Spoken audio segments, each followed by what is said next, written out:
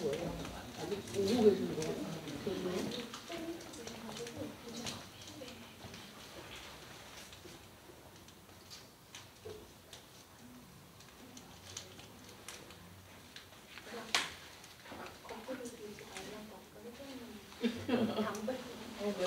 콘서트 가서도 안 되는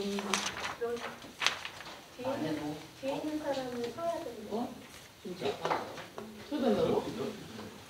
이렇게 보여야 돼. 내가 키가 제일 크다고 보니까 그때 사진 찍은 거 보니까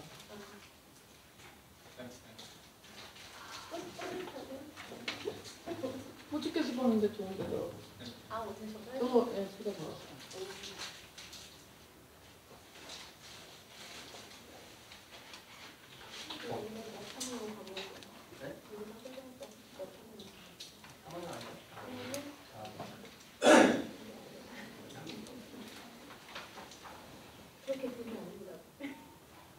이렇게 들어도 돼요. 네. 나보고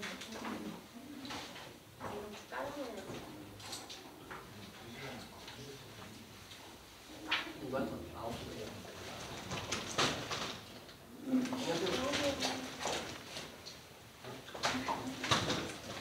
안녕하세요. 안녕하세요.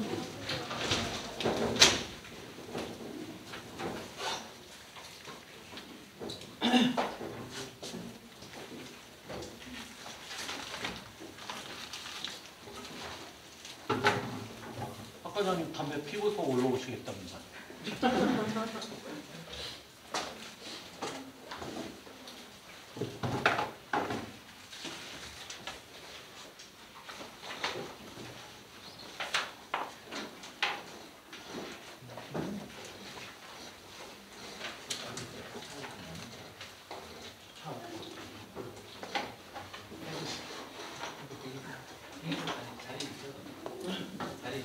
일인분 있어요. 일인분. 아니 저기 우리 재현이 전용이야. 재현이 내 차에 최적화돼 있어. 쓰레기차가.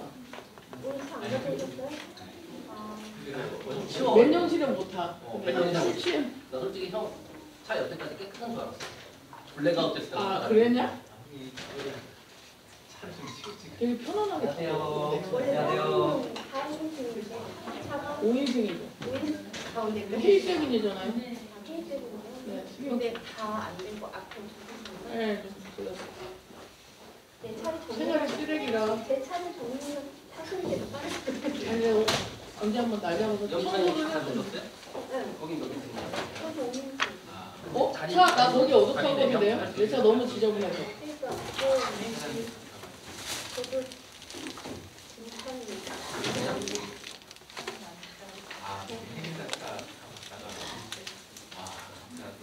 형님 내 차 탔다고? 왜요? 저희가 사람들도 이제 안 타가니까 사람들이. 아니 난다. 아니 우리 김지영 부대표는 집이 같으니까 우리 동네 좋아해요. 그거 너무 후렸다. 괜찮다고.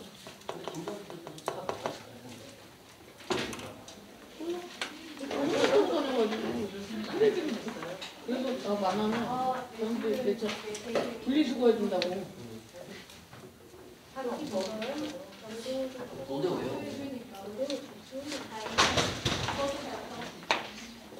왜요?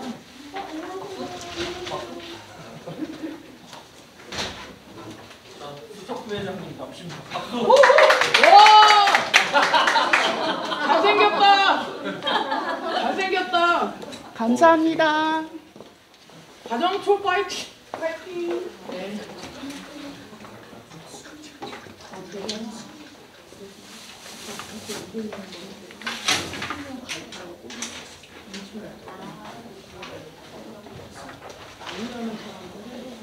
지금 카페에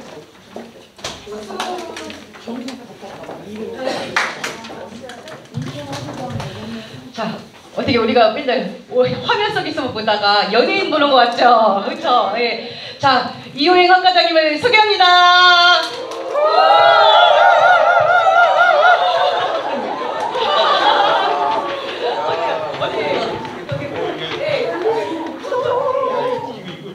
죽겠는데 제가. 감사합니다.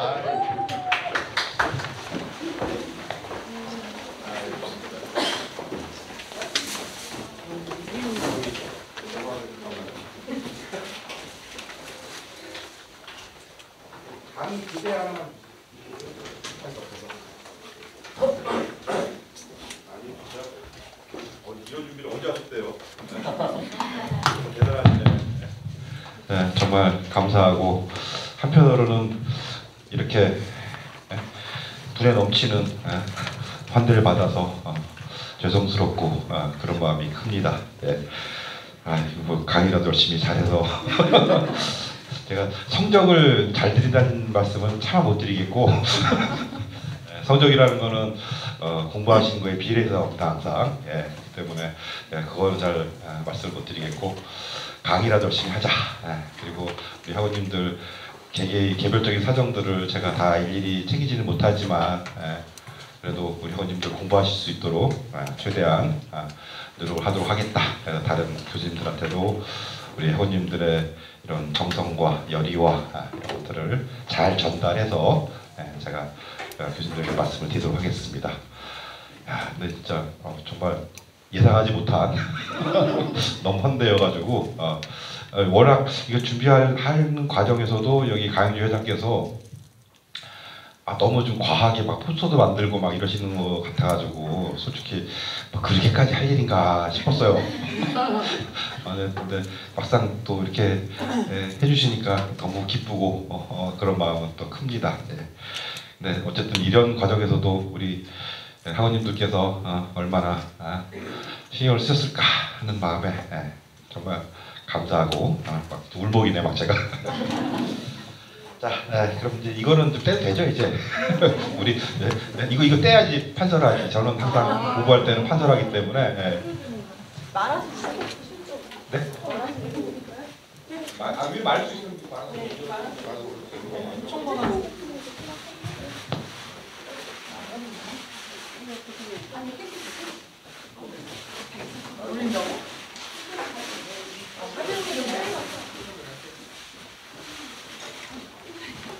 네, 뺄게요. 네, 뺄게요. 사진 찍을 때 사진 찍을 때 누구 찍는 거 아니에요? 됐네, 됐어.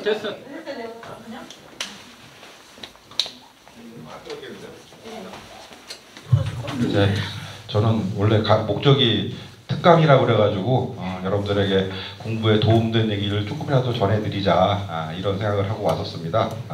그래서 저기 뭘까 우리 학우님도 갖고 계신 이 자료를 보시면 아시겠지만 무려 12페이지가 넘어요. 12페이지 정도 되는데 이것도 제가 최대한 줄여서 한다고 했는데 하고 싶은 말이 좀 많아서 자, 그러면 이제 제일 중요한 거니까 제가 여기 온 본 목적이기도 하고요. 우리가 이제 공부하는 방법에 대해서 이렇게 가볍게 들으시면서 이제 제가 설명을 하나하나 드리겠습니다. 자, 먼저 이제 제목은 민법 및 민사소송법 공부방문 이렇게 말씀드렸지만 실제로는 이게 모든 법학 과목에 공통되는 공부 방법론이다 이렇게 생각합니다. 여러분들이 법학을 처음 접하시는 과정에서 아마 그런 느낌을 받으신 분이 꽤 많으실 거라고 생각이 드는데 이게 분명히 우리말로 써 있거든요. 근데 읽다 보면은 내가 뭘 읽고 있는지를 까먹게 돼요. 이게 왜냐면 이게 외계어처럼 느낄 수밖에 없다는 거죠. 법학이라는 것 자체가. 이미 이제 법학을 공부하시는 과정에서 어느 정도 익숙해졌을 거라고 생각하지만 그럼에도 불구하고 아직도 새로운 법률 과목을 공부하게 되면은 또 낯설고 또 외계어 같고 이런 느낌이 들 수밖에 없어요. 얘가 또 네. 그래서 이제 그게 왜 그런가라는 거죠. 이게 왜 그런가라고 한다면은 솔직히 그렇습니다. 어디든 마찬가지인데 전문가 임예하는 인간들은 다 자기가 좀 잘난 맛을 외부에 우리만 알게끔 하고 싶어서 어려운 용어를 쓰는 거죠. 그래서 용어라는 것 자체가 개념이라는 것 자체가 이미 법학에서는 과목별로 다 마찬가지인데 이게 남들이 쉽게 이해할 수 없게끔 그렇게 구조가 짜져 있는 겁니다. 그런 부분이 있기 때문에 그럼 여러분들이 이 법학을 처음 접하셨을 때 그리고 공부해가는 과정에서 이걸 어떻게 접근해 갈 것인가 라는 측면에서 본다고 한다면 당연히 가장 먼저 해야 될 거는 용어와 개념에 대한 정확한 이해. 이게 가장 먼저 돼야 돼요. 모든 법학 과목에서 마찬가지입니다. 뭐 법철학은 조금 다르긴 한데 뭐 민법, 헌법, 형법, 행정법, 소송법 다 마찬가지입니다. 용어를 어떻게 이해할 것이냐. 용어를 잘 이해를 못하면요. 공부하는 과정에서 이게 막 다람쥐 쳇바퀴 돌듯이 제자리로 계속 돌아와요. 내가 공부를 했음에도 불구하고 막상 보면은 내가 공부한 것 같지도 않고 내가 뭘 아는지도 모르겠고 이런 일들이 벌어지게 됩니다. 그래서 제일 중요한 거는 용어를 그리고 개념을 정확히 이해한다라는 거죠. 그리고 이제 뭐 다 아시는 얘기지만 공부하는데 편법이 있으면 지름길이 있으면 제일 좋겠죠. 근데 지름길이 없어요. 공부에는 항상 지름길이 없습니다. 그럼 차분하게 하나씩 한 단계 한 단계 밟아간다. 이런 생각을 하시고 공부해야 되지 않느냐 이런 생각입니다. 그러니까 다만 이제 이 과정에서 시간을 세이브할 수 있는 방법이 뭐가 있느냐? 순서와 계획을 세우는 겁니다. 여러분들이 순서와 계획. 내가 어떤 과목을 공부를 할 거다. 그러니까 여러분들이 이제 실제로는 이 공부와 우리 법학과에 진학을 하셔가지고 왜 하셨냐라는 거는 다 개별적인 사정도 있으실 겁니다. 아마 이유가 있을 거고 그러면은 왜 내가 법학과에 진학을 했고 왜 내가 법학을 공부하려고 하는지라고 하는 목표가 따로 있을 거란 말이에요. 단순하게 학사학위를 받기 위해서 방송대에 왔다. 뭐 그럴 수도 있습니다. 그럴 수도 있지만 보통은 대개의 경우는 우리 학우님들이 일상생활에서 어떠한 법률 분야를 겪었거나 혹은 뭐 어떤 시험 공부를 한다라든지 뭐 이런 목적들을 갖고 계신 경우가 굉장히 많더라고요. 제가 겪어보니까. 그러면은 그 목적에 맞게끔 여러분들의 공부의 순서와 계획이 만들어져야 되는 거죠. 그러니까 그게 약간 다른 거죠. 방향성이. 그러니까 똑같이 우리 학교의 커리큘럼을 따라가지만 목표가 다르고 목적이 다르다면 거기에 맞게끔 본인의 공부 방법도 시간 투입하는 것도 달라질 수밖에 없는 겁니다. 그래서 그거를 본인이 명심하고 계셔야 된다는 거죠. 개개인 사정은 제가 몰라요. 하지만 적어도 본인의 상황과 사정에 맞게끔 특히 목적에 부합하게끔 그것을 잘 만들어가야 된다. 이런 말씀을 꼭 드리고 싶어요. 그 다음에 이제 뭐 얘기를 많이 했지만 이제 예를 하나 들어볼게요. 제가 잠깐 이제 일찍 와가지고 우리 학생회 이모님들하고 식사하면서 잠깐 이제 여담으로 얘기했던 건데 민법 750조가 있어요.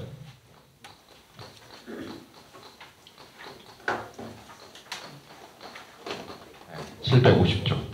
이건 이제 간단하게 들으시면 돼요. 제목이 뭐냐면 이게 표제어가 불법행위예요. 불법행위 내용이에요.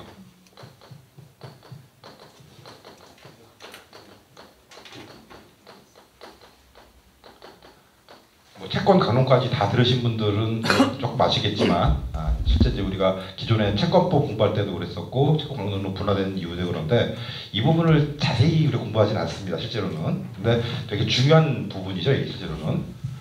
자, 여기 조문이 어떻게 되냐면은 고의 또는 과실로 인한 위법행위로 뭐 쭉 나와요. 그 다음에 여기 뭐가 나오냐면 이 말이 나와요. 위법행위로 타인에게 손해를 가한 자는 그 손해를 배상할 책임이 있다. 이렇게 써 있습니다. 분명히. 법전에 써 있어요. 법전에. 제가 만든 게 아니라 법전에 써 있어요. 이렇게. 그럼 여러분 생각해 보세요. 아니 제목을 그 제 5편이 불법행위거든요. 그리고 표제어도 불법행위의 내용이에요. 분명히 여기 불법을 써놨잖아.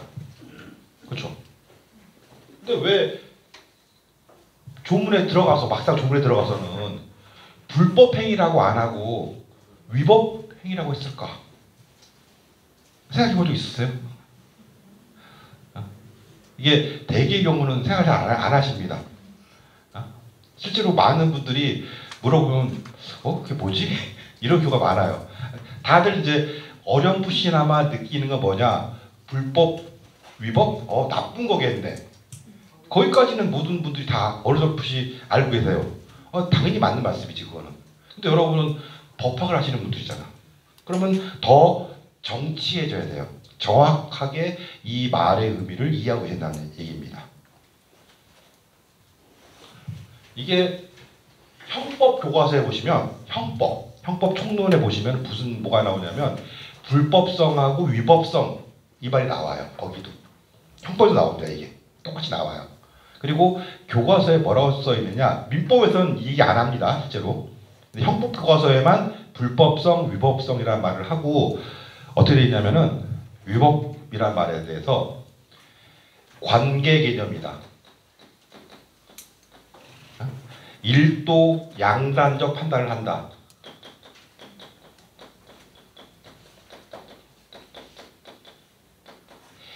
양과 질이 없다.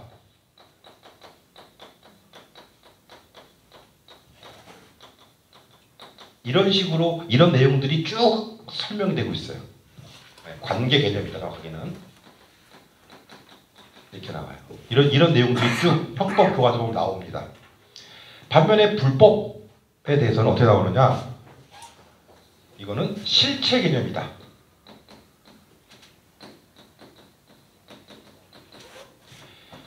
일도 양단적 판단하는 게 아니라 구체적 개별적 판단을 한다.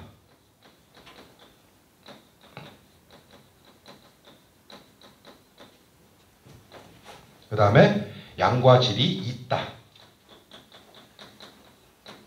이렇게 써 있어요. 이런 내용이 써 있어요. 불법성, 위법성에 가보면, 형법 총론에 가보면. 그 왜 제가 설명해놨잖아. 여러분 이거 읽고 또 이해되세요? 이것도 어렵지 또. 쓰면서 쉽게 써주면 좋은데 교과서 쓸 때 교수님들이 자기 지식을 잘하고 싶은 건지 이것도 어렵게 써놓은 거예요. 제가 보기엔 이것도 되게 무슨 말이야 도대체 이게. 어려운 말이잖아요. 이것도 이해가 안 돼요, 솔직히. 처음에 보면요. 제가 실제로 제 경험을 말씀드리면 대학 1학년 때 입학을 하고 나서 법관 입학을 하고 나서 나름 고등학교에서 공부 잘했습니다. 그래서 대학을 딱 졸업하고 저는 모든 거 다 잘할 수 있을 거라고 생각했어. 아니 도대체 무슨 말인지 이해가 안 되는 거야, 저는 솔직히 이게. 그것을 보는데 교재를 보는데도 불구하고 저도 이해가 안 되는 거예요. 그래가지고 이거를 그때 제가 계속 고민을 갖고 있었고 이게 뭔지 이해가 안 되는 거죠. 그래서 선배들한테도 물어보고 제 친구들한테 동기들한테도 물어보고 나중에 교수님한테 물어봤어요. 근데 그때 교수님이 하신 말씀이 뭔지 아세요? 저한테?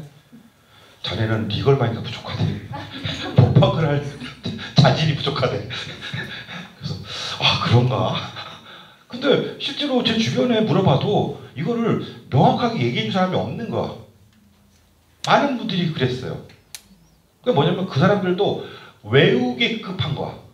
이해하려고 하는 게 아니야, 이 공부를. 외우기 급한 거예요. 그래서 제가 대학원을 진학을 해가지고 대학원을 진학을 하면서 제 지도 교수님한테 식사 자리에서 제가 입학하고서부터 이런 의문이 있었는데 이게 도대체 어떤 차이가 있는 겁니까? 라고 여쭤봤더니 씩 웃으시면서 하신 말씀이 관점의 차이래요. 관점의 차이. 무슨 관점 차이입니까? 그랬더니 가해자와 피해자 두 사람의 관점 차이라는 거예요. 자, 예를 말씀드려 볼게요. 이런 겁니다. 갑이라는 사람이 어떤 행위를 했어요. 어떤 행위를 했습니다. 그래가지고 이 사람이 피해를 입었어요. 그럼 당연히 이 사람은 뭐예요?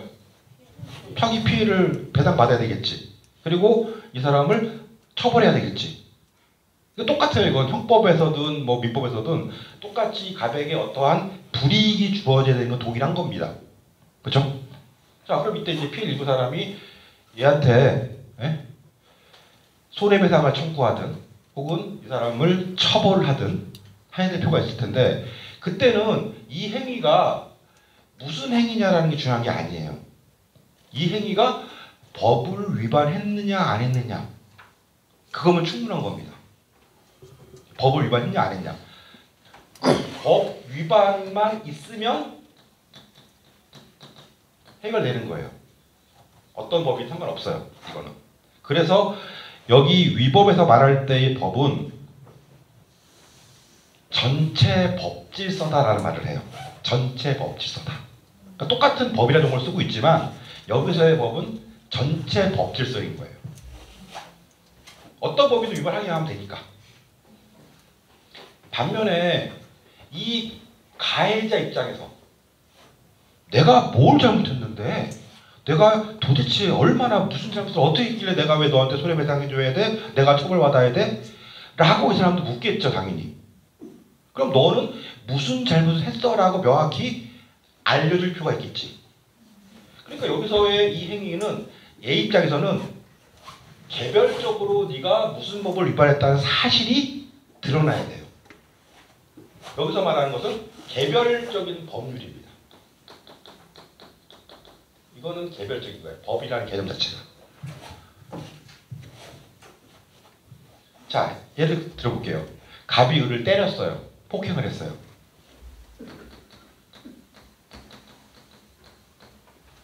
갑이 을을 교통사고를 냈어요. 갑이 을에게. 갑이 을에게 상한 음식을 줬어요. 그 다음에 수술을 잘못했어요. 뭐 등등등 이 사람이 어떤 행위를 통해서 을에게 피해를 주는 행위들은 너무 다양하죠. 너무 다양한 겁니다. 이게 너무 다양한 거예요. 그러면은 이 각각의 행위들을 규율하기 위한 법률이 다 우리나라에 존재합니다. 존재합니다. 자, 폭행하지 말라고 형법에 규정하고 있죠. 그 다음에 폭행도 종류에 따라서 다양하게 규정하고 있죠, 우리가. 그렇죠? 그 다음에 교통사고에 대해서는 도로교통법, 교통사고 처리 특례법, 다양한 법률이 있지. 자, 음식, 식품위생법 있죠. 그 다음에 의사의 수술, 이거 뭐가 있어요? 의료법, 약사법. 다양한 법률들이 무지하게 많이 존재한단 말이야. 근데 의뢰 입장에서는 얘가 형법을 위반했는지 도로교통법을 위반했는지 식품위생법을 위반했는지 관심이 없어요. 이 사람은 뭐만 받으면 돼? 내 피해만 배상받으면 돼. 혹은 갑을 처벌하기만 하면 되잖아. 그렇죠? 그러니까 이 의뢰 입장에서는 이게 개별적으로 어떤 법을 위반하는 관심이 없는 거야. 그냥 단지 법을 위반했기만 하면 끝나는 거예요. 반면에 갑 입장에서는 내가 형법을 위반했다. 도로교통법을 위반했다. 식품위생법을 위반했다. 이것들을 명확히 알아야지만 납득할 수 있을 거 아닙니까? 자기가 처벌받는 거에 대해서. 배상하는 거에 대해서. 그래서 불법이라는 말을 쓸 때는 가해자 입장이에요. 반면에 위법이라는 말을 쓸 때는 피해자 입장인 거죠. 관점의 차이가 생기는 겁니다. 가해자와 피해자의 관점의 차이가 생긴다는 거고, 이게 바로 여러분 여기서 딱 나오는 게 뭐냐면요, 용어에 대한 정확한 이해, 개념에 대한 정확한 이해, 이거 당연히 나오죠. 그 다음에 우리 법이 우리 대한민국의 법 체계가 여러분들 판택된 체계란 말 들어봤죠? 영미법하고 달리 우리는 판택 체계다 이렇게 들어봤을 거 아니야. 우리 판택 체계의 특징이 뭐죠? 뭐라고 크게 말씀하시는 건 좋을 것 같은데 잘 안 들려. 우리 판택된 체계의 특징이 뭐냐면 추상화 일반화돼 있어요. 추상화 일반화돼 있어요. 반면에 영미법은 추상화 일반화돼 있지 않죠. 구체화 개별화돼 있어요. 그러니까 걔네들은 오히려 이 사건 사고가 쌓이면서 그것들이 판례가 판결이 내려지고 그 판결들을 기초로 해서 법을 만들어가요. 근데 대륙법 체계는 반대로죠. 먼저 법 체계를 만들어놔요. 그 다음에 그 법 체계를 전제로 해서 용어에 따라서 개별적인 것들을 이렇게 다 만들어내는 거예요. 이렇게. 그러니까 위에서 아래로 내려오는 거죠. 이 대륙법 체계의 특징, 판례 체계의 특징은. 반면에 영미법 체계는 이거에서부터 위로 올라가요. 이렇게. 상황이 달라질 수밖에 없다는 거죠. 그런 맥락에서 여러분들이 용어와 개념에 대한 이해 이런 것들을 정확히 할 필요가 있다. 이런 것들을 말씀드리겠습니다. 자, 그 다음에 2번에 보시면은 제가 1페이지 2번에 보시면 원칙과 예외를 명확히 하라 라고 말씀드렸어요. 자, 실제로 여러분들이 정말 배움에 고달파서 공부를 하시는 분들의 경우에는 이거는 나중에 해도 상관없어요. 근데 제가 이제 회장님한테 말씀 들어보니까 회장님이 등 떠밀어가지고 노무서 시험 봐라, 법무서 시험 봐라 이렇게 회원님들에게 많이 푸시하신다고 들었는데 시험에서는 원칙과 예외에 대한 구별이 엄청나게 중요합니다. 여러분 시험 낼 때 원칙을 많이 내겠어요? 예의를 많이 내겠어요? 예. 어떻게 그 예의를 많이 내는 거 어떻게 아시지? 어떻게 그걸 아세요? 예의를 시험이 많이 내. 실제로 그래요. 왜 그럴까요? 원칙은 여러분들이 대충 통밥을 쓸게요. 통밥을 굴려도 맞출 수 있어. 원칙은 뭔지 알 수 있어요. 통밥 굴려서. 근데 예외는 원칙을 모르면 예의를 알 수가 없어요. 그러니까 시험 문제 되게 좋은 거야 이게. 그래서 항상 시험 문제는 예외에서 나와요. 시험 문제 예외에서 나옵니다. 그리고 객관식 같은 경우는 원칙과 관련된 판례들 쫙 내용들 써놓고 예외를 거기 하나 섞어요. 그렇게 냅니다. 시험 문제를 낼 때 주로. 제가 시험 출제 때도 그랬었고 많이 그렇게 하는데 원칙과 예외 중에서 시험에 많이 나오는 건 예외다라는 거예요. 그럼 여러분들이 공부할 때 뭐가 원칙이고 뭐가 예외인가 이것만 잘 구별해도 이미 절반은 해결된 거예요. 공부하시는 과정에서 뭐가 원칙이고 뭐가 예외인지 이걸 잘 파악하셔야 된다는 거죠. 근데 문제는 뭐냐? 절대로 우리 교과서나 법전에는 뭐가 원칙이고 뭐가 예외다는 말을 함부로 안 씁니다. 그렇게 잘 안 써요. 그러니까 여러분들이 공부하면서 그걸 깨우쳐야 돼. 그게 어려운 것 같아요. 이게. 그럼 이제 공부하실 때 뭐가 원칙이고 뭐가 예외다는 거를 알아내셔야 되는 거죠. 여러분들이 읽으면서 공부하면서 알아야 되는데 보통 시작하는 말들 혹은 뭐 중간중간에 원칙적으로 원칙, 일반적으로 이런 표현이 문구가 사용되는 경우가 많이 있어요. 그럼 그런 것들은 원칙에 해당하는 거예요. 근데 예외적인 경우에는 예외적이라는 말을 안 써요. 일반적으로 안 써요. 자, 그 다음에 요거 관련돼 가지고 제가 하나를 한번 말씀드려 볼게요. 어디를 보시냐면은 2페이지 가보세요.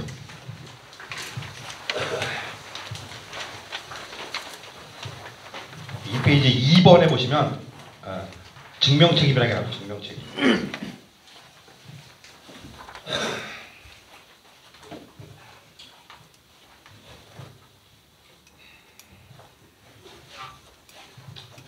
자, 증명책임의 기본 원칙이 뭐냐면요.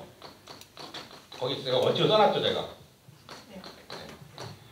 원칙, 나한테 유리한 건 내가 증명해야 돼. 남이 대신 증명해주지 않아요. 그게 원칙이에요. 그게 원칙이에요. 나한테 유리한 것은 내가 증명해야 된다. 라는 겁니다. 그게 원칙이거든요. 여러분들 지금 4학년이신 분들은 아마 소송과 강제집행을 공부하셨을 거예요. 소송과 강제집행 공부했을 텐데 소송과 강제집행에 가보면 변론주의라는 말을 배웁니다. 변론주의라는 걸 배워요. 그 변론주의를 공부하게 되는데 변론주의 핵심은 뭐냐? 주장 증명 책임이 누구한테 있냐라는 거예요.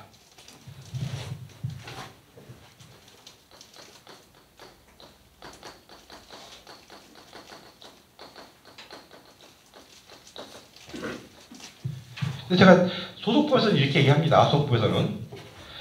근데 주장이라는 건 뭐죠? 주장이라는 건 말 그대로 주장일 뿐이에요. 그게 진짜 참이다, 거짓이다 판단하기 전에 단계에서 나오는 거야. 주장이라는 말은. 말뿐인 거야 이게 상황이 이게. 그러니까 이 주장에 대해서 우리가 신경 쓸 필요가 있어요 없어요? 없는 거예요. 주장은 실제로는. 아야 내가 하고 싶은 말 내가 막 해. 근데 나무도 거기에 대해서 그래 너 떠들어라 신경 안 쓰고 그러면은 아무 의미가 없어요. 중요한 건 뭐예요? 증명이야 증명. 그 주장을 뒷받침할 수 있는 증거가 있느냐, 증명이 되느냐, 이게 핵심인 거거든요. 그래서 제가 말씀드린 것처럼 증명 책임은 자기에게 유리한 사실은 자기 스스로 증명하라. 이게 원칙이라는 거예요. 내가 주장했으니까 내가 증명했다는 거예요. 그게 원칙입니다. 원칙. 아시겠죠? 이게 이제 원칙을 말씀드렸어요. 그럼 예외가 뭘까? 예외가 뭘까요? 나한테 유리한 사실인데 내가 증명할 필요가 없으면 예외가 되겠지. 그렇죠? 그럼 이거를 갖다가 우리가 알아야 될 거 아니야. 찾아내야 됩니다. 예외가 뭔지. 내가 증명하지 않아도 되는 거. 그러면 예를 하나 말씀드려 볼게요, 제가. 자, 똑같습니다. 자, 민법 390조하고 거기 제가 강의 안에 써놨어요. 709조하고 아마 써놨을 거예요, 거기. 705조 써있죠. 그거 써놨죠. 네. 고의 또는 과실로 인한 위법행위로 타인에게 손해를 가한 자는 그 손해를 배상할 책임이 있다 써있죠. 써놨고 거기 손해를 가한 자, 이 사람 가해자일 거 아니에요. 근데 가해자가 손해를 배상할 책임이 있어요. 근데 그러기 위해서 뭐가 있어야 돼? 고의 또는 과실로 인한 위법행위로 타인에게 손해를 가해야 되겠죠. 그때 타인은 당연히 피해자겠지. 거긴 어렵지 않아요. 그럼 여기서 고의 또는 과실로 인한, 그래서 고의 또는 과실만 들어가 있어요. 이 고의 또는 과실이 있어야만 가해자에게 뭐가 생기는 거야? 책임이 생기는 거죠. 알겠죠? 자, 다음 페이지 넘어보세요. 메인, 죄송합니다. 여기 309조 어디 갔지?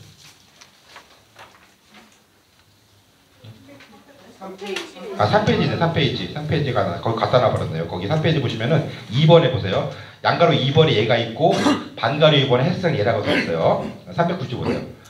채무례가 손해배상 책임. 채무자가 채무의 내용조차 이행을 하지 아니한 때에는 채권자는 손해배상을 청구할 수 있다. 그러나 채무자의 고의나 과실 없이 이행할 수 없게 될 때에는 그러하지 아니하다. 그러니까 손해배상을 청구할 수 없다. 이렇게 되겠죠. 자, 그러면 390조의 경우에는 본문이란 말이 본문이 있는 거고요.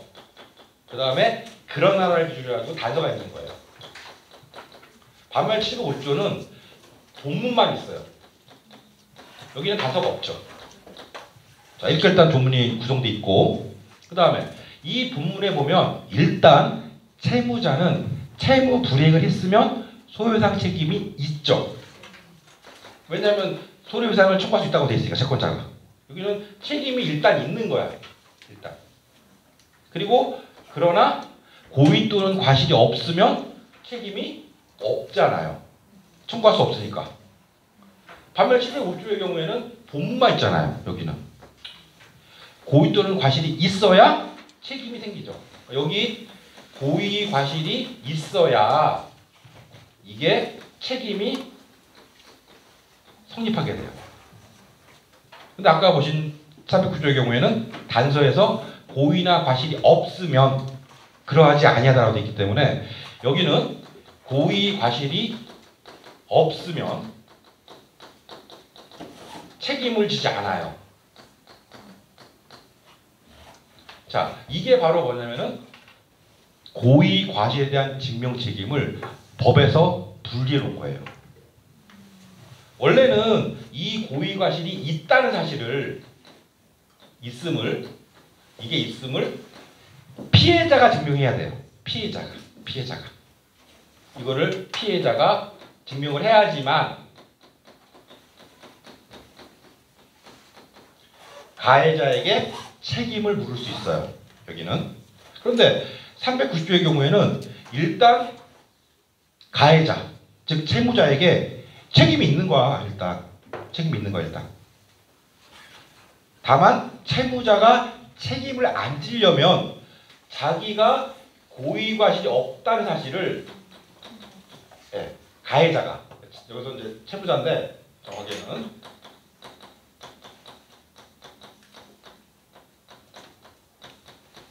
이 채무자가 결국 가해자입니다, 여러분.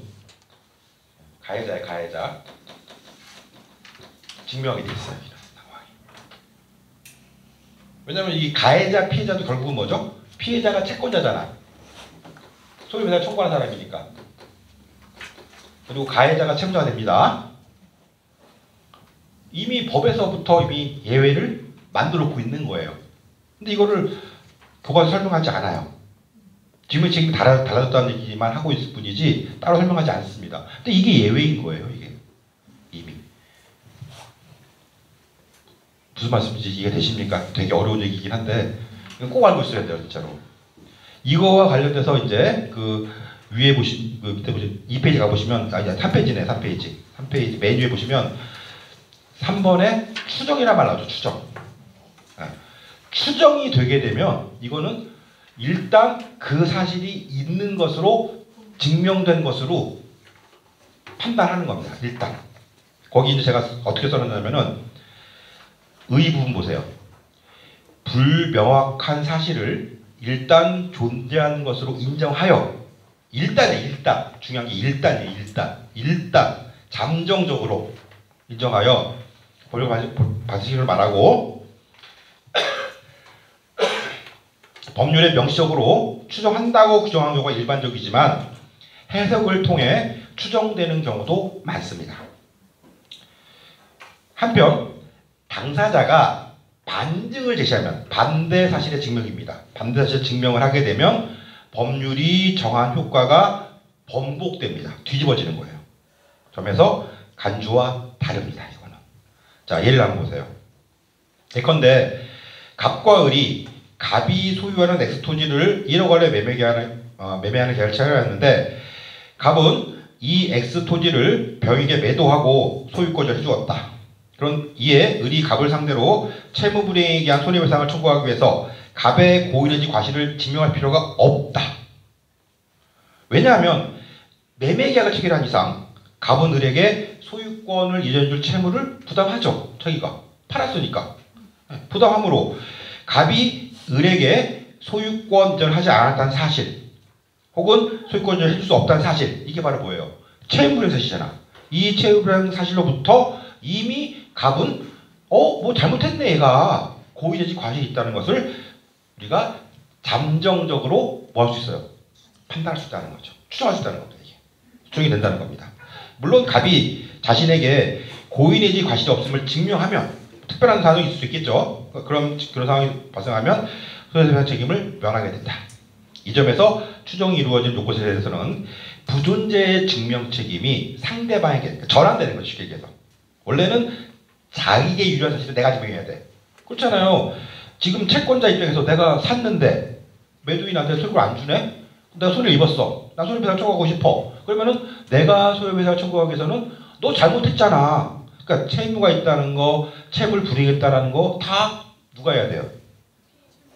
내가 해야 돼, 원래는. 그런데 법에서 이렇게 좀 해놨으니까 나는 증명을 하지 않아도 일단은 배상받을 수 있는 가능성이 열려 있는 거잖아요. 일단. 다만 그게 그 가해자의 고의이 없다면 그 청구가 제한되겠죠. 그렇게 된다는 겁니다. 이게 흘러가는 흐름입니다. 자, 이와 관련돼서 또 하나의 예를 들어볼게요.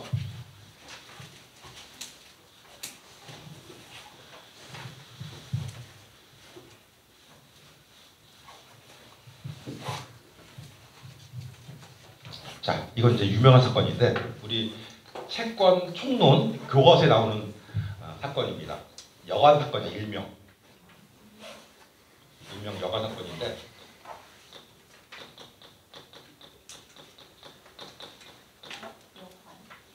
갑이라는 사람이 여관을 운영하는 숙박업소 주인입니다. 사장입니다. 그다음에 이제 여기 이제 을이 투숙객이에요. 그래서 여기서 계약을 체결하겠죠. 자, 이걸 그냥 용어상으로 이런 말은 없지만 그냥 만들어낸 거야 제가. 숙박계약이라고. 솔직히 우리 판례도 이렇게 썼고요. 숙박계약이라는 말을 쓰겠습니다. 숙박계약을 체결했습니다. 자, 숙박계약도 계약이죠. 그럼 계약상 권리 의무가 서로 있어요. 분명히 서로에게. 자, 가분들에게 뭘 해줘야 돼? 그렇죠. 숙소, 방 줘야 되겠죠. 그 다음에 그 안에 침구 줘야 되겠죠. 그 다음에 뭐 경우에 따라서 세면도구 줘야 되겠죠. 그 다음에 뭐 음료수나 이런 것들을 줄 수 있습니다. 그래서 다양하게 이제 뭐 그런 거는 다 제공했다고 치겠습니다. 그래서 그럼 뭐 하면 돼요?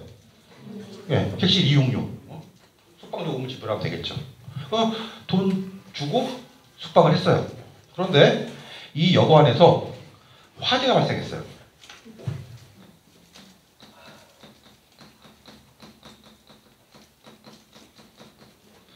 근데 이 화재의 원인이 밝혀지지 않았어요. 원인 불명입니다. 원인 불명의 화재예요. 그래가지고 을이 화재로 피신을 못하고, 화재를 안 쓸 때 피신을 못하고 자다가 그 안에서 사망했어요.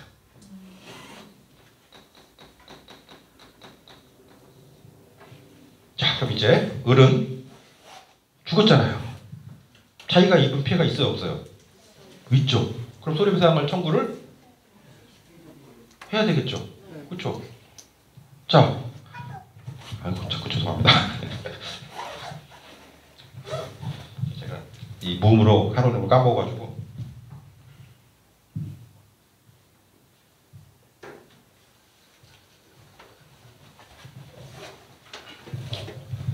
자, 배상을 받아야 됩니다. 손해배상을 받아야 됩니다. 자, 의리 입은 피해가 뭐가 있을까? 자, 일단 가장 먼저 죽었다는 피해가 있죠. 그걸 뭐라고 하느냐? 적극손해라고 합니다. 적극손해. 이걸 이제 사망이라는 거죠. 사망. 혹은 이게 중상을 입었으면 그 중상 자체가 손해가 되는 거겠죠. 당연히. 자, 적극손해 되겠습니다. 자, 그 다음에 이 사람이 죽었으니까 이제 더 이상 뭘 못해요? 소득 활동을 못해요. 살아있었으면은 일을 해가지고 수입을 창출했을 텐데 죽는 바람에 이제 더 이상 일을 못하잖아. 그러니까 소득 활동을 못하게 돼요. 이걸 소득손해라고 하고, 다른 말로 일실이익 혹은 일실수입 상실의 손해, 뭐 이런 식으로 용어를 씁니다. 일실이라는 거는 상실했다는 뜻이에요. 매일매일 그 벌어들 수 있는 수익을 상실하게 됐다. 그래서 일실이라고 표현하게 됩니다. 자, 그 다음에 죽었으니까 슬퍼요, 안 슬퍼요? 안 슬퍼요? 이걸 뭐라고 해요? 그렇죠, 동일손해 라고 합니다. 그리고 이거를 다른 말로 위자료라고 하는 거죠. 이렇게 우리가 의리 입은 피해를 나열을 했습니다. 물론 이거 말고도 다른 피해가 있을 수 있어요. 예컨대 죽으면서 뭐 물적인 피해도 입을 수 있겠죠. 그러니까 이건 이제 사람에게 발생한 피해를 얘기하는 거예요. 그래서 이게 기본적으로 인신손해라고 합니다. 인신손해. 사람의 신체에 발생한 손해를 인신손해라고 얘기하게 되고, 인신손해에 대해서는 이렇게 셋으로 나누어서 우리가 설명을 하게 됩니다. 이걸 소속부에 가서 공부하시는데 손해 3분선이라고 해요. 손해를 3개로 분류했다 라고 얘기합니다. 괜찮습니다. 손해 3분선이라고 합니다. 이거를.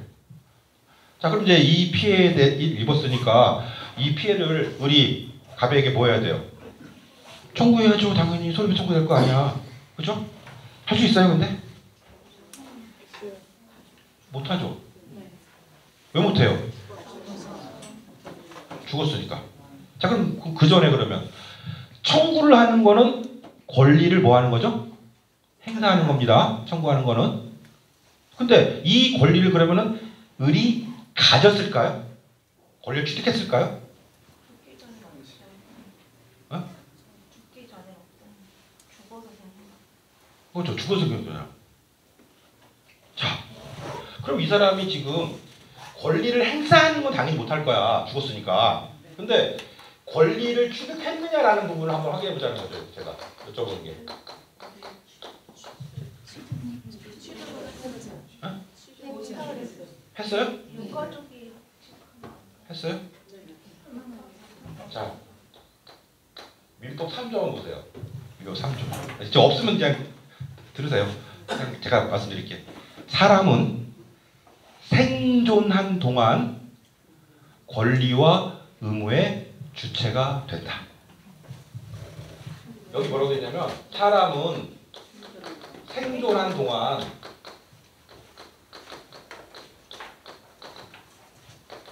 권리와 의무의 주체가 된다고 되어 있어요. 생존한 동안이야. 그럼 생존한 동안이 언제부터 언제까지죠? 아, 왜 시작은 얘기 안 해? 아, 그렇지, 시작도 얘기해야지. 출생서부터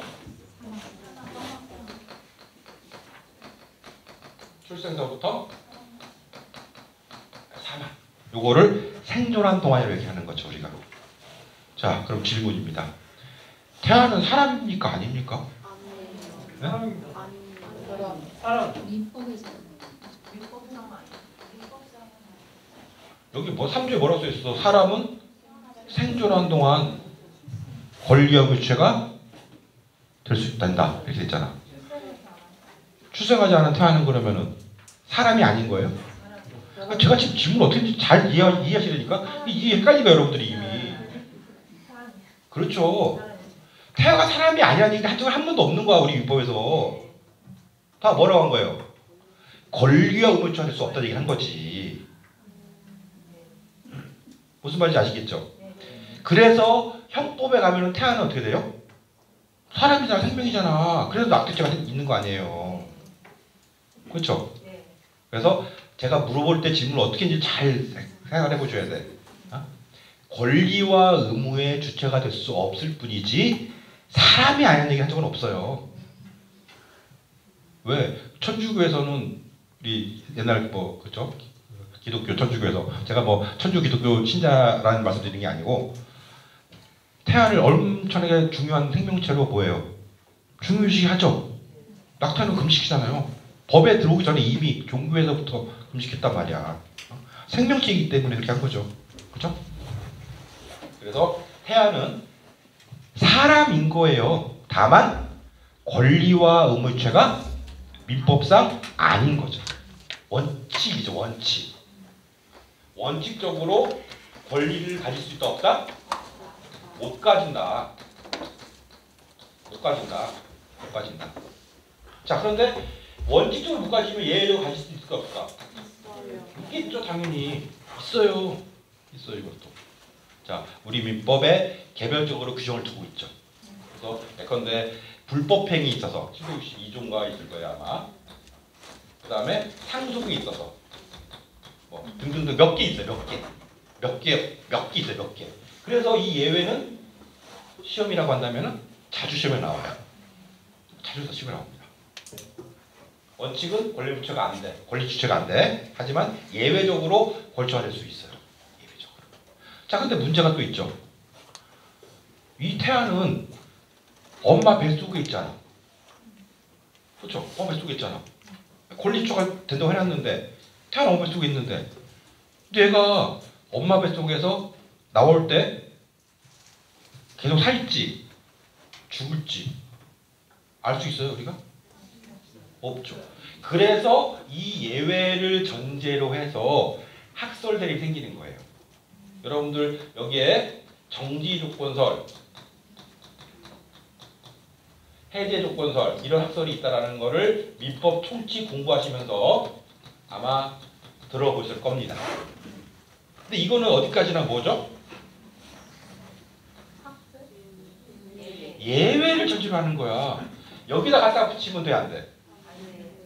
이거랑 상관이 없는 거예요, 이건요. 애초에 원칙에다가 이걸 갖다 붙일 수 없다고요, 여러분. 근데 이거랑 짝짓잖아요. 그럼 헷갈려 여러분들이. 막 섞어가지고 막 제가 이게까지 시험 문제 여러 번 내봤거든 이거를. 근데 많이 헷갈리시더라고. 차이를 아시겠죠? 이게 위치가 어딘지 정확히 알아야 된다는 거죠. 위치가. 이 학설 대립이. 정의적 고소는 뭐죠? 내용이? 일단 태아인 동안에는 권리를 못 가진다. 하지만 뭐하면? 살아서 출생하면 문제된 시점으로 소급해서. 근데 해제 고소는 뭐예요? 태아인 동안에도 권리를 갖는다. 다만 사살하면, 죽으면 소급해서 없어진다. 못 갖는다. 소급해서 갖는다. 관점이 다른 거죠, 이거는. 그래서 밑에 경우에는 태아의 보호에는 충실하다 이런 얘기를 하고 위의 경우에는 거래 안전을 더 보호한다 뭐 이런 식으로 추가적인 얘기를 하긴 하는데 뭐 그건 중요한 건 아니고. 그래서 여기까지 갔습니다. 일단 여기까지 갔어요. 자, 그 다음에 사망이에요. 사망. 자, 언제 사람이 죽었다고 하죠 우리가? 그렇죠. 맥박 종지설이라고 합니다. 이것도 학설이라고 하기는 그런데 심장의 박동과 호흡이 멈추면 그건 사람이 죽은 거예요. 죽은 거예요. 맥박 종지. 그러면 지금 아까 제가 을은 화주는 죽었다고 했잖아. 그럼 맥박 종지 됐네. 일단 죽었으니까. 맥박 종지니까 사망 판정이 났겠죠. 당연히. 그러면 생존하는 동안에는 요건에 충족이 돼야 안 돼요? 안 되죠. 그러면 권리를 취득할 수 없어요? 없어요. 분명히 제가 피해를 입었는데 권리를 못 가지네? 이상하지. 여러분 이런 상황이 됐을 때 우리 손해배상을 청구 못한다 그러면 여러분들 동의하시겠어요? 누구도 동의 못할걸요? 그렇잖아요. 여기에 이제 뭐가 필요하느냐? 논리적인 조작이 필요한 거예요. 여기에. 어떤 논리적 조작을 하느냐? 시간적 간격설이라는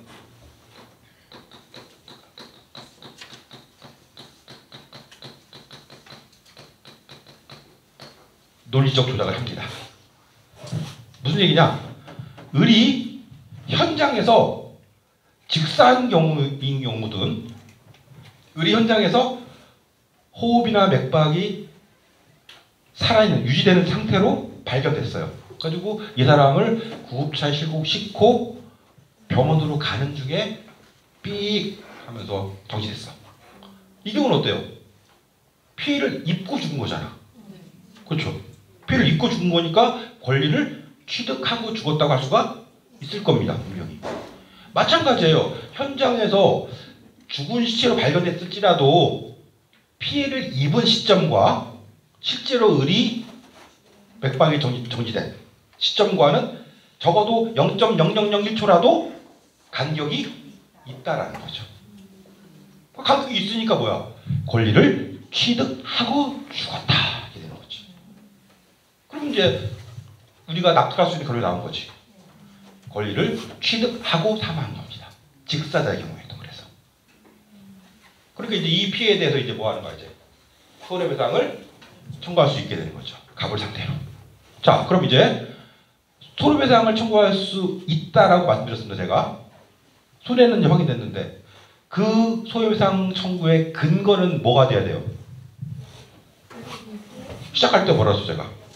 계약. 그럼 계약상의 의무로서 갑은 을에게 뭘 해줘야 돼요? 그렇죠. 안전한 거 얘기 말씀하신 거 딱 그건데 우리 민법에는 없어요 이거는. 근데 문제가 민법에는 없어. 규정돼 있지 않아. 만들어내는 거야. 뭘 만들어내느냐? 지금 채무라는 말은 여러분 들어보셨단 말이야. 채무 말고 부수적물라는 걸 만들어내요. 그 다음에 또 보험이라는 걸 만들어내요.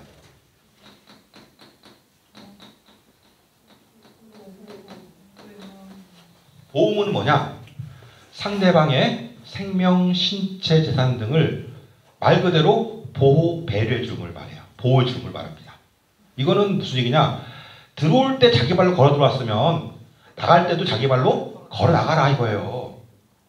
그것을 못했다. 그러면 뭐예요? 갑이 책임을, 보험으로에 대한 위반에 대한 책임을 져야 된다. 이렇게 구성을 하는 겁니다. 우리가. 이건 법이 없어요. 만들어내는 거야 이거를. 뭘 그걸 만들어내느냐? 민법 2조의 신의칙입니다.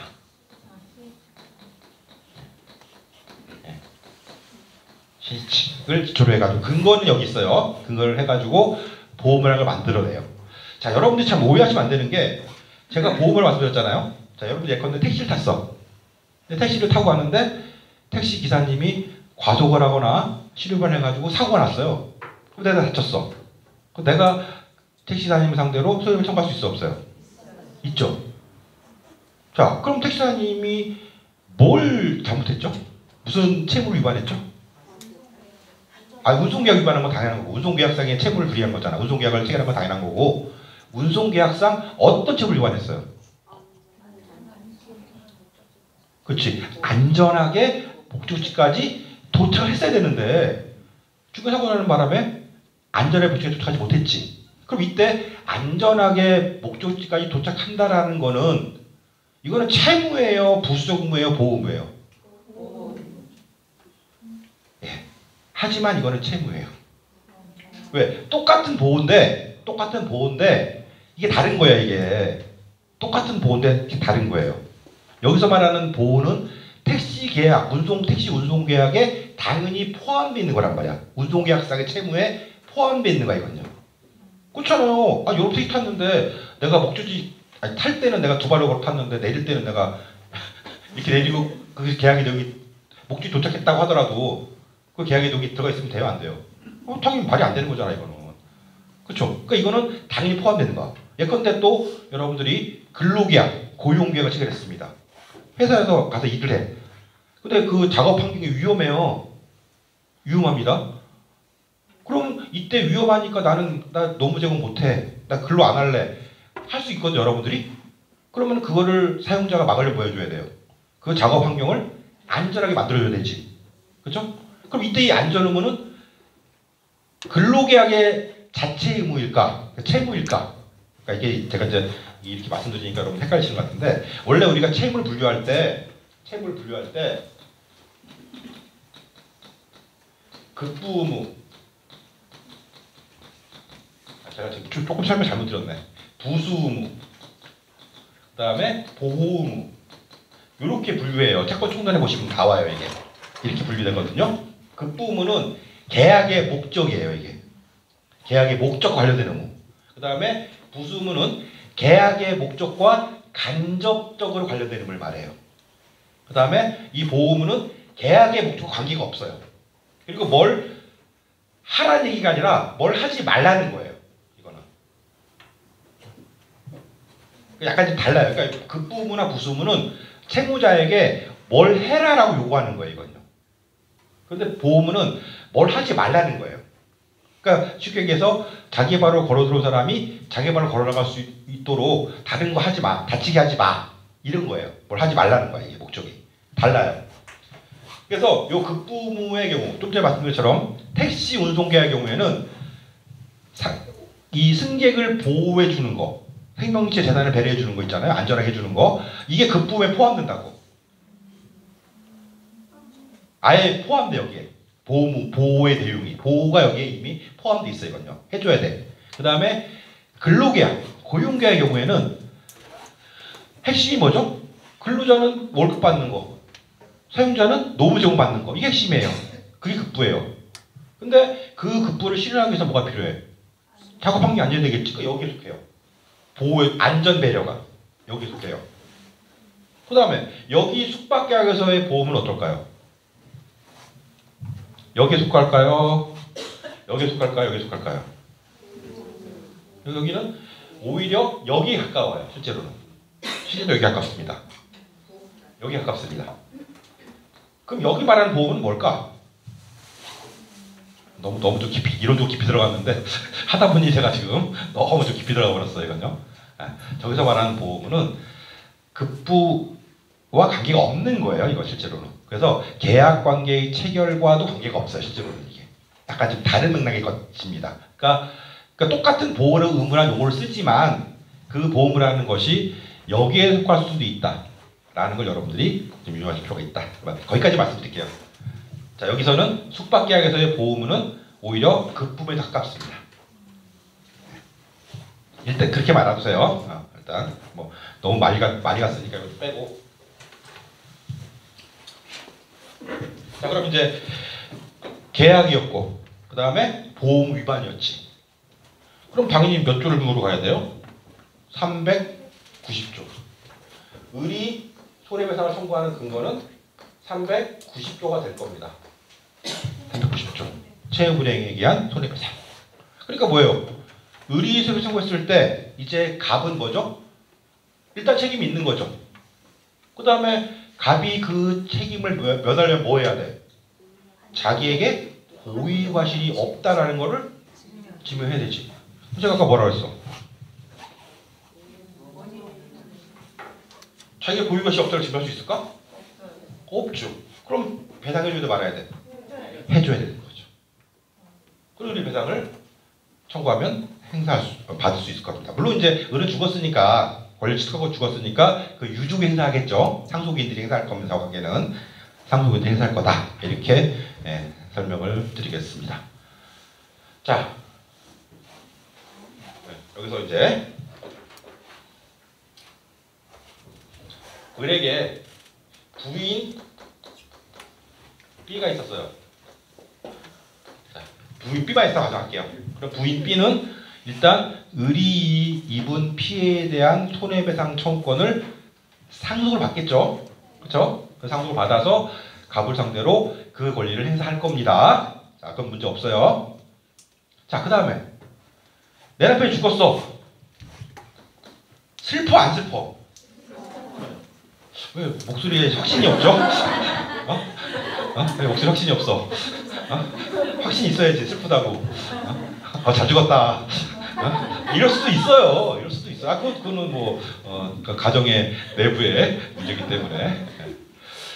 자, 어쨌든 그래서 슬프다고 해야 되겠지 상식적으로. 그러면 당연히 정신적 피해가 있어 없어요? 있어요. 그렇죠. 정신손해가 발생을 할 겁니다.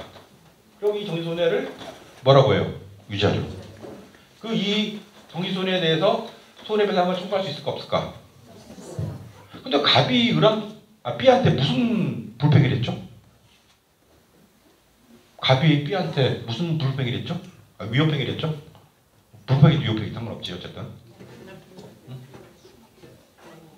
갑이 직접 B한테 불평한 적 있어요? 없죠. 그렇죠. 아니 무슨 갑이 B하고 계약한 적은 없잖아. 계약한 적은 없죠 분명히. 그러니까 계약한 적 없으니까 채무례가 당연히 없을 거고. 불평이 한 적 있어요? 없죠. 근데 여러분도 이제 당연히 B가 갑한테 손해배상 청구할 수 있다고 생각해야 안 해요? 왜요? 안 하세요? 해야지 당연히. 자, 이에 대해서는 우리 민법에 규정이 마련되어 있습니다.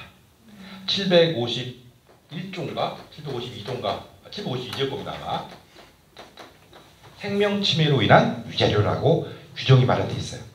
그래서 불법행위의 피해자가 을이고 그리고 그 사람이 사망했을 때 피해자의 직계 존비속과 배우자, 직계 존비속과 배우자입니다. 배우자는 정신상 손해에 대한 배상을 청구할 수 있습니다. 752조의 규정이 명확하게 마련되어 있습니다. 이걸 왜 만들어 놓느냐? 말씀드린 것처럼 갑이 B한테 직접 불평한 적은 없단 말이야. 그러니까 B가 갑을 상대로 뭘 손해배상을 청구하려고 하면 계약은 체결한 적이 없으니까 불평이 가야 되는데 불법행위에 의해서 청구하기 위해서는 불법행위가 없는데 어떻게 청구하냐라고 하면 할 말이 없잖아요 이게. 그래서 그걸 대비해서 이 규정을 만들어 놓은 거야 우리 민법에서. 그럼 당연히 이제 V는 정신손해에 대한 배상 청구권이 있는 거죠. 그렇죠? 자, 여기서 또 하나 문제 생깁니다.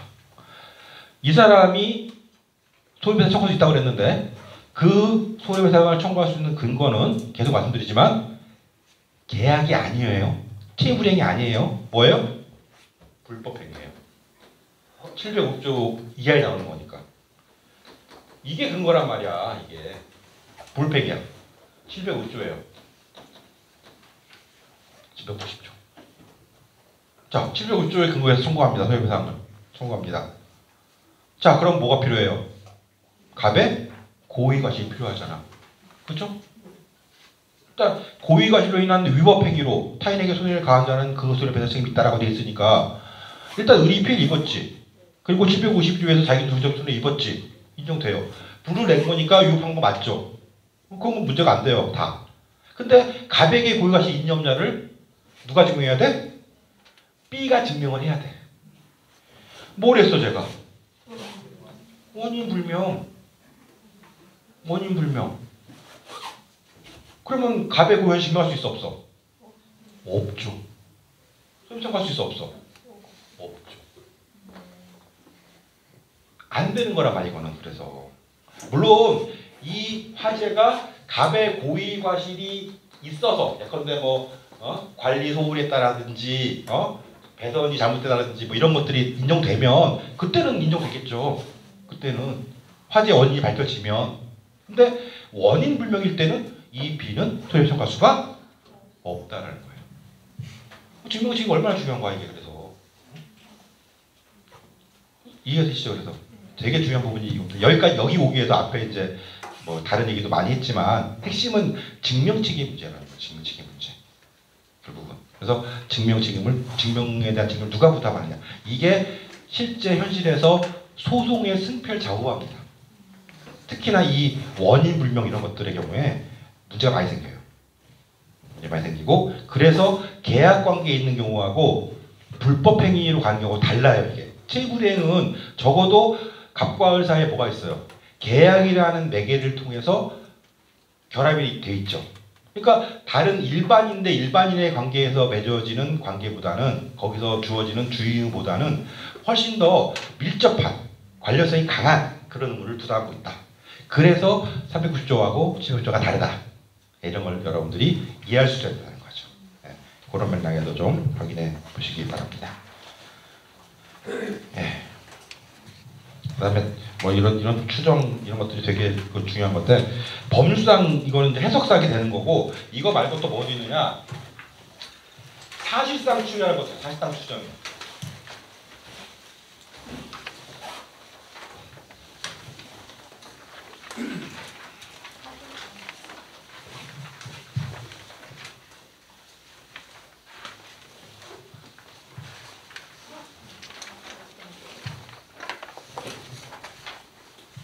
이런 겁니다. 답이 차를 몰고 가다가 인도로 돌진했어요. 그래가지고 인도를 지나가서 을을 치었어요. 그래서 을이 뭐 사망까지 가면 때 좀 그러니까 피해 입었다고 가져갈게요. 전치 뭐 4주 피해 입었다. 네, 가져가겠습니다. 자 그럼 당연히 갑과 을은 계약관계는 아니죠.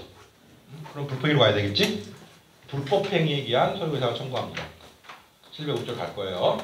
고의 또는 과실로 인한 위법행위로 타인에게 손해를 가한 자는 그 손해배상을 책임있다. 자 그대로 가면 돼요. 그럼 여기서 이제 위법행위는 뭐냐? 차는 원래 어디로 가야 돼? 차도로 가야지. 인도로 들어왔네? 그럼 뭐예요 이건? 도로교통법 위반. 위법행위 확인되지. 그 다음에 피 입었지. 그 다음에 얘가 와서 얘를 치웠으니까 인과관계 인정되지. 이제 문제는 뭐가만 있으면 돼요? 갑의 고의 과실. 고의로 했을 리는 없으니까 보통은 그렇죠? 네, 과실일 경우가 많겠습니다. 근데 갑한테 과실이 있어요 없어요? 어? 과실 있어 없어? 없어요? 있어요? 그렇죠. 확인해야 되는 건 맞는 말씀인데 일단 이 상태만 보면 있어 보이지. 저 말이 정답이에요. 과실이 있어 보인다. 이게 뭐냐면 상식의 기초에서 판단하면 된단 말이에요. 그래, 우리가 알고 있는 상식은 뭐야? 차는 차도로, 사람은 인도로. 근데 제가 차가 인도로 왔잖아. 이 사실은 뭐죠? 우리가 알고 있는 정상적인 이 사고 과정, 상식, 이 상식에 벗어나는 행위잖아요. 그럼 이건 분명히 갑한테 일단 뭐가 있다? 일단 뭐가 있다? 과실이 있다. 라고 추정할 수가 있게 됩니다. 이걸 뭐라 하느냐? 사실상 추정이라고 얘기해요. 이런 예들은 되게 많아요. 예컨대 어떤 학생인데 중학생인데 육상 선수야.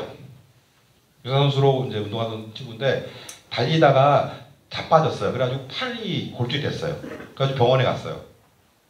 근데 심장마비로 죽었어. 약간 이상하죠? 그게 진짜 있던 일이에요, 이것도. 죽었어요. 왜 죽었냐 따져보니까 뭔지를 잘 모르는 거야. 이거 밝히지 못하겠는 거야, 상황이 이게.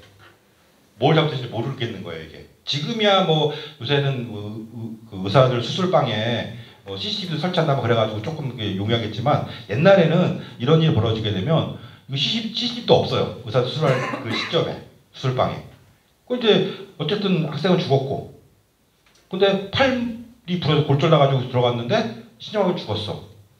그럼 이거를 어떻게 할 거냐? 그 손해배상 청구를 했는데 어떻게 됐느냐? 나중에 이거를 의사의 과실을 추정을 해버리는 거예요. 어떻게 추정했느냐? 팔목 골절됐을 때는 보통 치료하는 방식이 있을 거 아닙니까? 수술이든 뭐든 간에.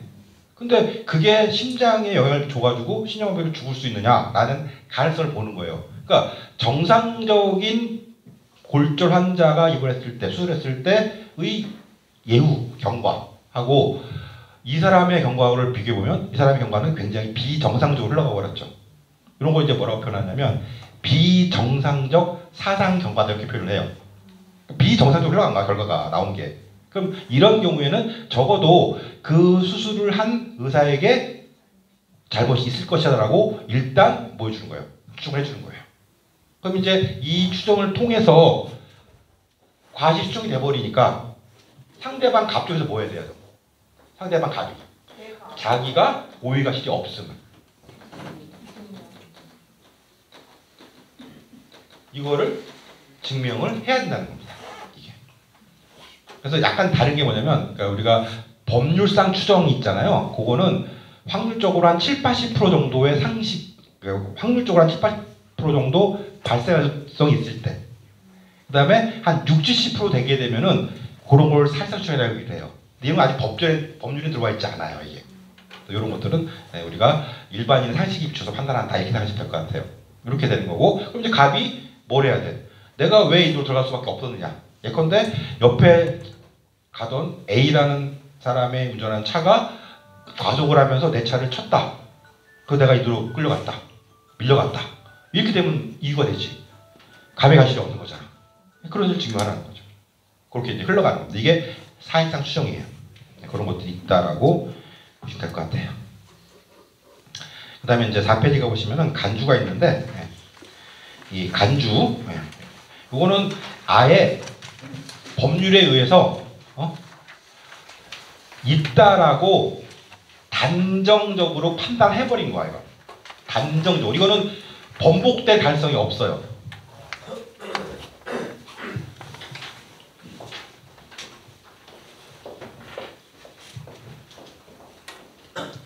자, 뭐 보통 이런 일 많이 듣는데, 갑과 을이 그런데 뭐 가구 매매 계약을 체결했어요. 이 사람이 가구상이고 채무자고, 그 사람이 매수인 채권자입니다. 자, 이렇게 매매를 했어요. 그 다음에 이제 대금 치르고 갑이 가구를 을의 집에 배달해 줍니다. 운송해 주는데, 자기가 배달해 줄 경우도 있겠지만 보통은 종업원 쓰죠. 종업원 A를 이용해 가지고 배달을 갔어요. 근데 이 가구를 얘네 집에 들이다가 얘네 집에 있는 도자기를 깨뜨렸네.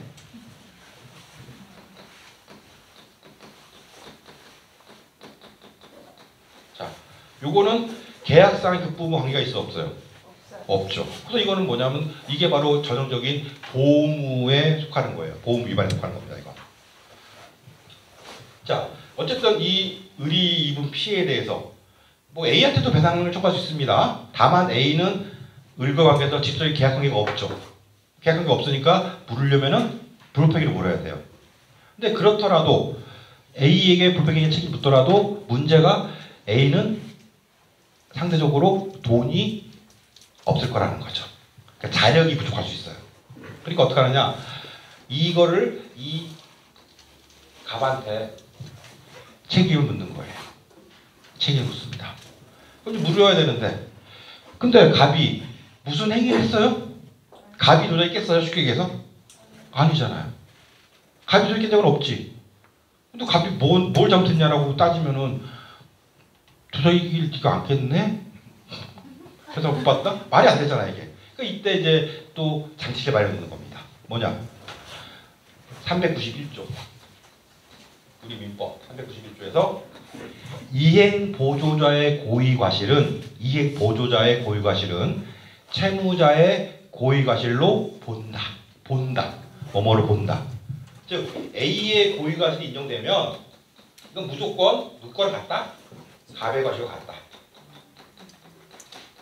이렇게 만들어버리는 거예요. 그냥 법을 만들어버린 거예요. 갑은 분명히 아무 얘기도 안 했거든. 그래서 이제 이렇게 만들어 놓으면 어떻게 되죠? 이제 갑의 과실은 있는 게 돼버려요. 그래서 여기서 이제 갑이 아무리 내가 잘못이 없다라고 얘기를 할 수가 없어요. 해도 안 받아줘요, 이거는. 그래서 이게 왜 갑은 무조건 390조에 의한 손해배상 책임을 질 수밖에 없다. 이렇게 이제 가게 되는 겁니다. 그게 간주예요, 간주. 그래서 이거는 증명이 이미 된 걸로 취급돼 버리기 때문에 따로 얘기할 필요가 없는 거죠. 자, 그 정도로 일단 주시고요. 원래 하려고 하면 이제 한도 끝도 없는데 잠시 쉬었다 할까요? 아니면은 조금만 쉬었다 할게요. 몇 시까지 해야 되는 거예요, 이게 원래 특강? 9시 반이면 닫아요? 아, 또 애매하네. 네. 잠시 그럼 조금만 쉬었다가